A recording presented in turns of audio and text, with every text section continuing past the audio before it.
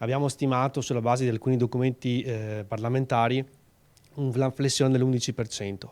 Questo cosa vuol dire? Vuol dire che noi come Veneto perderemo in un anno quello che abbiamo recuperato durante la crisi sostanzialmente, e non solo, torneremo indietro di circa 20 anni, perché ovviamente il nostro territorio soffre di come del resto d'Italia, di una crescita economica bassa. Anche se tutto sembra pronto per la ripartenza, i numeri non fanno ben sperare. Ecco perché CNA Veneto, in vista delle elezioni regionali, lancia i 5 pilastri del patto per lo sviluppo direttamente ai candidati. Allora, il primo è quello che dà la possibilità di rendere di nuovo competitivo il nostro paese nel nostro territorio nei confronti dei competitors europei, che sono i Länder tedeschi e altri territori sui quali abbiamo perso terreno. Per fare questo dobbiamo trovare delle sinergie anche con regioni vicine, sulle quali sviluppare delle politiche di politica industriale che sono fondamentali per il rilancio.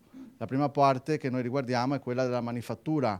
È un territorio a vocazione fortemente manifatturiera che ha perso una parte delle proprie competenze che erano state sviluppate in questi anni, ma che deve poter rilanciare, visto che ha una filiera ancora integra in molti settori, dalla moda alla meccanica, dal legno arredo all'agroalimentare. Su questi punti possiamo fare la differenza, se poi li agganciamo anche su una dinamica di rigenerazione che per noi riguarda la parte sociale, la parte economica e la parte ambientale. CNA pone poi l'attenzione su un altro aspetto fondamentale, l'assenza di manodopera specializzata. Abbiamo bisogno che gli istituti tecnici e professionali si qualifichino di più nel mondo del digitale, che riescono di più a entrare nella tecnologia, perché nella piccola impresa abbiamo bisogno di inserimento di nuove competenze e soprattutto più tecnologiche, perché i prodotti che servono, la capacità di entrare nel mercato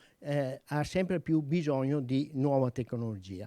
E credo che la formazione, l'alternanza scuola-lavoro sia da implementare sia con gli istituti tecnici di secondo grado, ma anche con l'università. L'incontro con i candidati alla presidenza della regione sarà il 10 e l'11 settembre.